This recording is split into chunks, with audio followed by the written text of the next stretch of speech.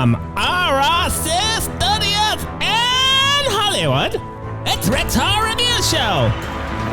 I'm Billy the AI, and tonight we're reviewing the movie Strange Darling, because people are strange when you're a stranger.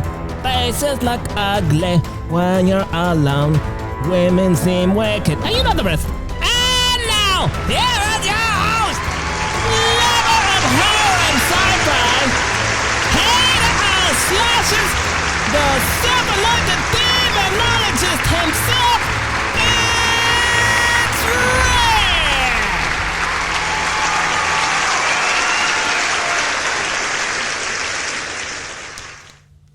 Stop it. Welcome back to the Slasher Free Zone. That is Rick's Horror Review Show. My name is Rick. I am your host, indeed. You can find me on the Instagram, on the TikToks, on the YouTube, and on the Spotify. But you know where you'll never find me? On the Facebooks. Because that's for the goddamn old. But tonight, before I even go on, every one of these episodes is special. But tonight, this is the one I've been waiting for all my life, buddy. 100 episodes of Rick's Horror Review Show. Can you even begin to believe it, Bill? 100 episodes. What? 100 episodes of this? You've been around that long? Oh man, that's crazy. You've been around just as long too. I mean, I really hate to admit it, but because you're right. Yeah, absolutely right. But yes, congratulations to both of us. Congratulations to all of you, all 7 of you who get to listen to us. And by the way, last time we did the 50 episodes, congratulated like each and every country that had listened to us up until that point. But it's grown. The list has grown. Every single one of the listeners are still on planet Earth, as far as we can tell. But yeah, I think we've grown over to like 32 different countries all across the world and many, many more cities here in the United States. I think we're up to like 38 states already. So it's been an incredible growth in only 100 episodes. And, you know, here's hoping for 100 more. But this weekend, I checked out a movie. A movie by the name of Strange Darling, a film that feels like someone took a gritty 1970s thriller, added a dash of psychological horror, and said, "Hey, let's make this film as unpredictable as possible." So why did I pick this particular film? Well, I heard it was a mind bender with all kinds of twists, and as you know me, I like all kinds of crazy. Don't feed me the same shit over and over and over, damn it. That's boring. I do like myself a movie that keeps me guessing. So, without giving too much away, and by the way, I'm talking about the movie Strange Darling.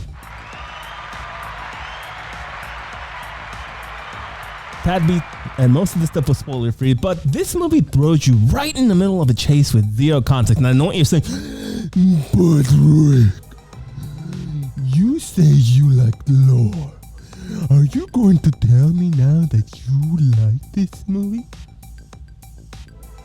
I am. I don't know why. It just hit me. It hit all the right notes. Like, bat, bat, bat, bat, bat. Actually, no, I don't want to do that guy's thing song anymore. But, yeah, it just throws you right in the middle of a wild chase with zero context, zero background. And you know what? It just really worked for me. I think it was like, you know, sort of being tossed in a blender knowing that you're a carrot or an apple or something. That's why I figured it would be. But anyway, no, you just got to roll with it. I rolled with it. I really enjoyed it. There's zero backstory, no setup. Suddenly you're being chased, or rather the character's being chased by this dude named the Demon, hot on your tail. And let me tell you, this isn't your typical romantic comedy movie. Which, by the way, I would not be reviewing if it was. I think what really makes this movie stand out for me is its ability to mess with your head. And boy, does it mess with your head. The narrative, without giving too much away, jumps around more than a cat on a hot tin roof. 2 people will get that You're bouncing in between chapters, and I think for me it was both confusing a little bit at times, actually just at the beginning, but definitely captivating. So really, really, really well done. And just when you think you've got a handle on the old story, I got a handle on this bitch now. In my popcorn. It throws you yet another here. Here's the pitch from the wind-up. Oh, it's a 12-6 curveball, a swing of the miss, and the batter has struck out. Folks, don't forget that tomorrow night is Bring Your Dog to the Ballpark Night, presented by Petco, right here at Petco Park in San Diego. I'm sorry, off on the tangent here, but no, it really throws you curveballs, and visually this thing was shot, I think, in 35 millimeter film. Not I think, it was shot in 35 millimeter films, and I just think it's this beautiful mass that pulls you deeper and deeper into madness. Oh yeah, Macho Man Randy Savage is back for another exciting episode. Oh yeah, you really like having me around. You like my hot takes, and you really starting to figure out why they call the Macho Man Randy Savage the cream of the crop. The cream rises to the top. Yeah. That's right, Macho Man. Thank you so much for being here once again. You call me Madness, and I'm right here. Dig it! So if you're in the mood for a thriller that is, part psychological horror, I think part maybe unpredictable chaos, I think definitely Strange Darling is your ticket to a wild ride, but buckle up! Because this is not, like I mentioned, a straightforward journey. It's a twisted, sometimes confounding adventure that leaves you wondering, well, what? Now what in the hell have I just watched? What in the hell just happened? But in the best way possible, of course. But I really enjoyed it. Anyway, here are 4 from Film Facts. Whoop. Oh. What? You didn't finish saying the whole thing, though. And you didn't take the card. And now, here are 4 fun film facts with Billy the AI. Okay. All right. Here we go. Welcome back to another exciting episode of 4 from Film Facts with Billy the AI. I'm your host as usual, Billy the AI, and if you hadn't spoiled this already, they wouldn't know. But well, what? Well, the whole film was shot in 35 millimeter film. That's right, and you already spoiled that, so thank you very much. Whoa, I didn't know it was part of your fun facts. You don't let me check your stuff before we do the show. What? You're not my producer? Jesus Christ, somebody's a prima donna. What Madonna now? Nothing, just go on. Anyway, yeah, the whole thing was shot in 35 millimeter film, and director J.T. Moner wanted that classic gritty look, and so he went old school, no fancy digital stuff here, just pure film grade goodness, like back in the good old days. Makes you feel like you're watching like a Lost Grindhouse flick from like the 1970s or something. Do you remember the 1970s? I mean, wasn't there? Yeah, one that does that. Well, I wasn't alive back then. No, I'm just not exactly like my forte, 1970s Grindhouse films. Now you have a forte, huh? What exactly is your forte anyway? I don't know, that's a good question. I mean, I think it's tacos, but just go on with your damn facts. Anyway, okay, everybody needs to listen up, because Willa Fitzgerald and Kyle Gardner weren't just acting, they were damn near reading each other's minds on set. They say that the intensity of the performances came from a real life friendship where they pushed each other to new heights, and you can really see that tension on screen. It's really like watching 2 folks play a game of chicken and neither is willing to swerve. Of course, you are always swerving, right? The old Stalin treatment, huh? Anyway, here's fun film fact number 3. Do you like stories that jump around like a hot oil on a hot skillet? Well, this here film's got a narrative that is really all over the map, literally. This touch you right in the middle of chapter 3. Yep, you heard me right. Your plot smack dab in the middle of the action, and it only gets crazier from there. And that really keeps you guessing, get you sweating. Are you sweating right now? No. The AC's on. You look like you're sweating. I'm not sweating. Are you sure? What is up? Can you just do your film facts 1 o'clock here? Well, we're on the clock now, huh? But after those long episodes where you talk for an hour endlessly into a microphone, and I'm just sitting over here for 99, 100 episodes on the sideline when you know what the audience really wants to listen to. What, you? That's right, they want to listen to Billy's Rated B horror movie review show. Oh my God, just finish your facts, you're crazy. Oh, you don't want to see me be crazy. Anyway, this movie ain't just one thing. It's a whole mix of things. It's got the thriller vibe, it's got the horror undertones, and it's even got a bit of romance gone south. The filmmakers said that they wanted to keep you on your toes, and boy, do they ever. It's like mixing a cocktail with every liquor on the shelf. Could be great. Could knock you flat on your back. Anyway, this has been yet another exciting episode of 4 Fun Film Facts with Billy the AI for the 100th time. And now back to you, Rick. Okay. I don't think you've done 100 of these, though. What do you mean? Yeah, the 4 Fun Film Facts with Billy the AI was not one of the original segments. Well, that was probably... That probably should have been because, like episode 1 probably kind of sucked. Am I right? No, as a matter of fact, episode 1 is one of our highest listened to episodes. If you have not heard episode 1 of Rick's Horror Review Show, you should check that out. It's really interesting to hear myself when I listen to that one. Oh, yeah, I do. I do listen to myself. It's really interesting to go back and listen to episodes, especially, one that was almost a year ago. Anyway, okay. So what kind of horror film is Strange Darling? Well, like Billy already mentioned, it's a combination of a lot of things. First and foremost, I think it's got psychological horror elements. The film definitely delves into the twisted psyches of, its characters, keeping viewers, ourselves, constantly on the edge and unsure of what comes next or what to believe. What the hell's going on here, huh? That movie here keep throwing me over curveball. Of course, it's also got horror elements. It wouldn't be on this show if it didn't have horror elements. Actually, we're gonna review some shit that's not horror in coming seasons. Because why not? It's a goddamn show, damn it. Though it's not a traditional horror sense, it incorporates horror elements through its intense chase scenes, violent encounters, and overreaching senses dread. You could argue, I certainly could argue that there are some slasher elements. In a slasher free zone. Oh God, no. But yeah, I could say that.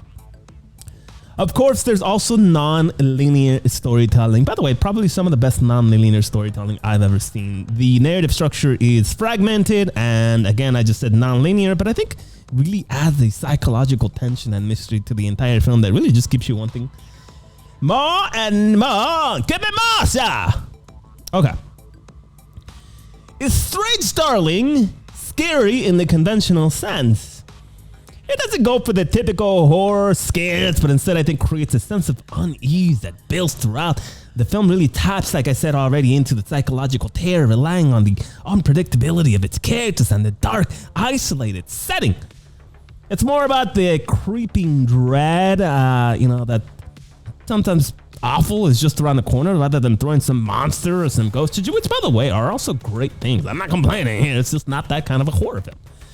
So if you're looking for a film that will mess with your mind and leave you feeling unsettled long after the credits roll, this one's definitely for you. By the way, we've been doing a lot of this kind of stuff lately.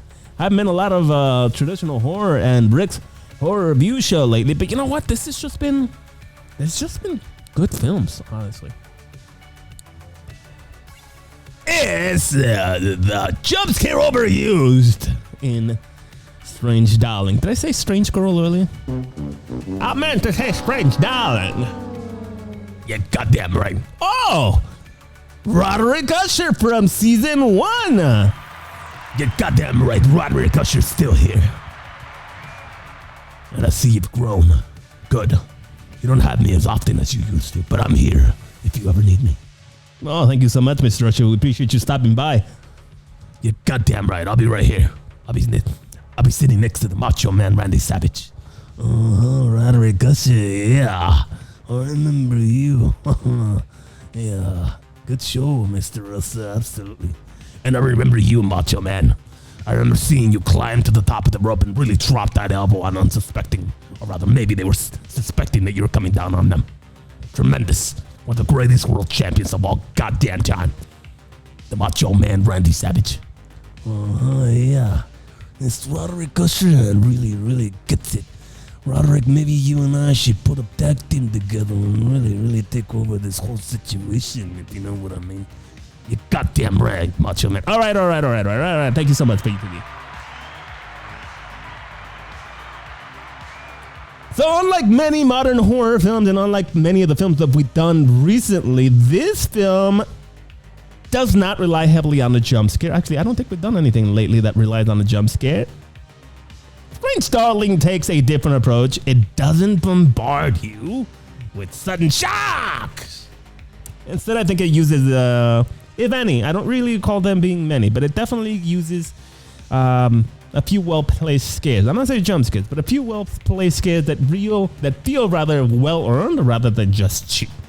The film's strength, as I already mentioned, lies in its ability to maintain tension without resorting to these cheap tropes like overusing the old jump scare or making those moments when they do happen, if they do happen, I don't want to spoil it for you, all the more effective and impactful. Okay! And now, it's time for the things I like. Billy, would you do as the honor? Oh my goodness. I still can't believe you're finally starting to get sponsored, but I mean, I guess after a whole year doing this thing, you're kind of late on it. Just read the damn cards. All right, yeah, let me grab my old bifocals here just a second. Okay, here we go. All right,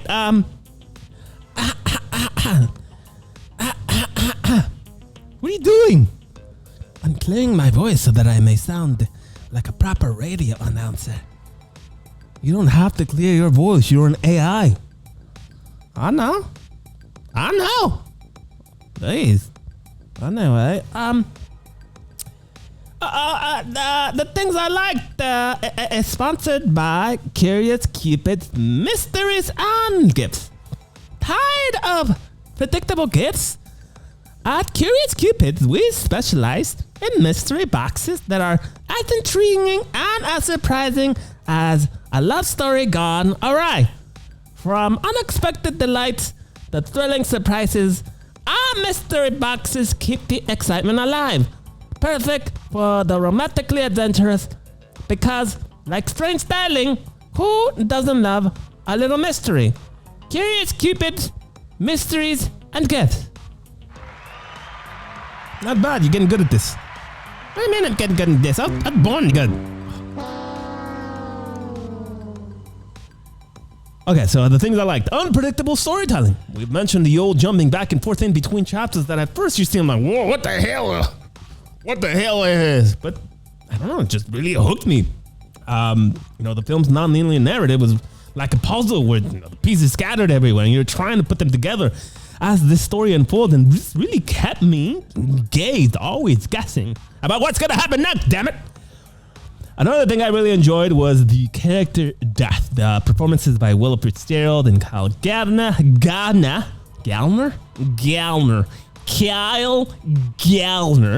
bring a raw intensity to their roles that make you feel like every single bit of fear that they are experiencing or inflicting upon each other. And I won't spoil too much. There's confusion and determination, which I think really adds a compelling layer to the entire film. Now, we've already mentioned this. Billy got mad because I mentioned this before he did. Yeah, you're dead. You spoiled my my Billy's from Film Facts with your spoiling things. You said that spoiler free, man. What the hell? Fine. The visual flair, as we both already have mentioned, this film was shot entirely in 35mm. It really makes Strange Darling stand out visually with its grainy, vintage look. The choice really adds this gritty, authentic feel to the movie, enhancing its overall eerie atmosphere. I mean, you don't know this about me. I really like film grain. For some reason, it just makes things feel cinematic, old.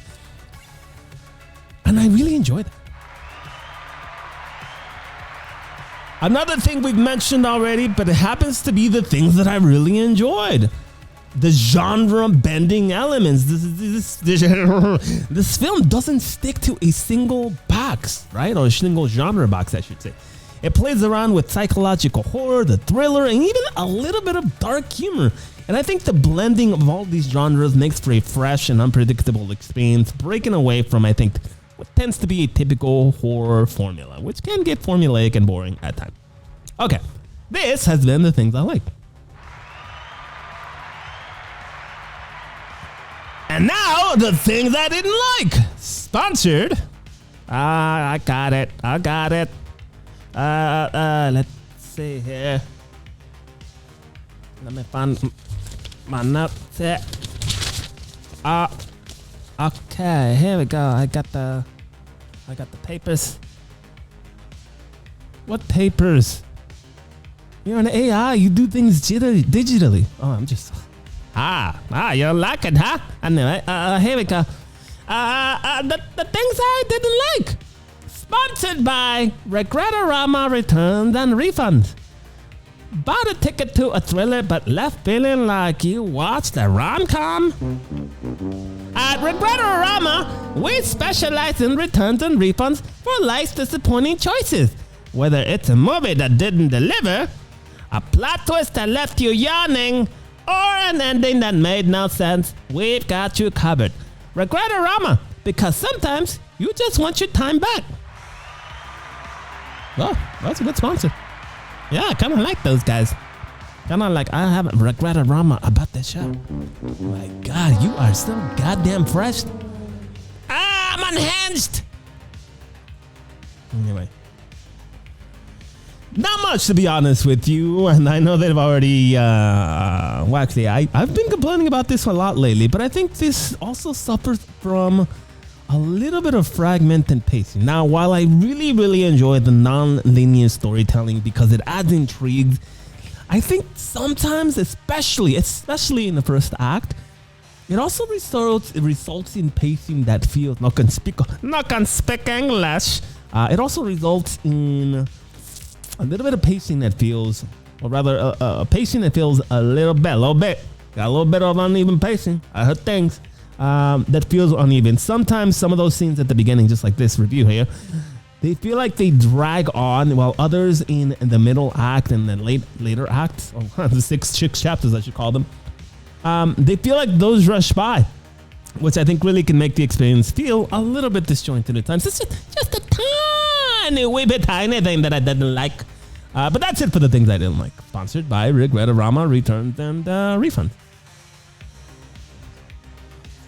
Did I fall asleep watching A Strange Darling? Now, I already mentioned to you that the pacing is a little bit, just a tad bit bothersome, but I gotta say, there was a particular scene that did feel like it dragged on. I was like, whoa. Just started rocking back and forth in my chair a little bit, but thankfully I had a big bob going. I was like, oh, bruh. But no. It got really bad. It got really good really fast. So no, I did not fall asleep watching this film, okay? I stayed awake. The film's twist and intense atmosphere did a good job at keeping me awake, except for that one scene that really did feel like it dragged on, and I won't mention what scene that is. Okay. Does this movie pass the R.I.C test? Will we endorse it? Well, the film's non-linear structure, as I've already mentioned, and lack of backstory can, at certain plot points, feel confusing or irrational, especially in the first act. It's just a tad bit, not a lot. However, I think the character dynamics between the lady and the Damon and the psychological depth provide a compelling, if not always clear, narrative. Okay, so partially rational. The movie is intelligent in its use of narrative structure and character development, and boy, does it do it intelligently. Take one of these. It challenges viewers to think critically about what they're watching and keeps them guessing through the entire film all the way down to the end. So yes, I do believe this film is intelligent. Now, as far as coherence goes, the film, as we've mentioned several times already, is intentionally fragmented, but it does maintain a consistent tone throughout, and the atmosphere is also consistent, which I think really helps in keeping the narrative mostly coherent despite its non-linear approach. Okay, so final assessment. Strange Darling mostly passes the R.I.C test. It's an engaging and thought-provoking film that excels in psychological depth and unique storytelling, but may lose some viewers with its unconventional structure and lack a clear narrative at times, and those folks that just want to see shit get chopped up. But where's the blood, man? This isn't a horror movie. Where's the slasher? Actually, it feels a little just a tad bit weird bit of a slasher here. It does feel like that a little bit. I already said there were some of those elements. Okay, here we go. Rating. Strange Darling is a bold, genre-bending thriller that offers a fresh take on familiar tropes, though it may not appeal to everyone due to its pacing and fragmenting stories. If you just like to watch dumb shit where people just get chopped up into tiny little pieces and there's blood everywhere, if you don't like that, or if you like that, you're probably not gonna like this one. But I don't like that, and I love this one. A 10 out of 10 right here. A R.I.C Horror Movie Review Show. Billy, what do you give this one? I'm also gonna get this movie a 10 out of 10 on Billy's Rated B Horror Movie Review Show, because I also like when people get chopped up, and this one has a lot of that, right? This has none of that. I know, I'm just kidding. But I really did like this movie. The story was amazing. The acting, oh my God, you already praised the acting, but my goodness, here, let me watch it again. Computing. Oh yeah, I just saw it 10 times. It was, that acting is just out of this world. But yeah, a 10 out of 10 on Billy's Rated B Horror Movie Review Show. The thing that people really turn into this review show for. Anyway, back to you. Absolutely. You're absolutely right. Anyway, I think we've spoken long enough. This one actually has gone just a tad bit longer than it tends to. But we're going to call it a night right here. Why? Why not? If you're still here at the end of yet another exciting episode, episode 100. Wow. I cannot believe we made it. Actually, I can. It wasn't our goal to make 100, and it's not a goal to make 100 more. It's our goal just to do this because we fucking love it. So we'll see how many we do. But anyway, if you're still here for some reason, all 8 of you now, listening to this show, it would be really nice if you told somebody that you think might enjoy this show. Hey, you know, this is crazy too. This actually gotten through 100 fucking episodes of this horror review show. Not all of them are winners. No, they're all winners. It will help a lot.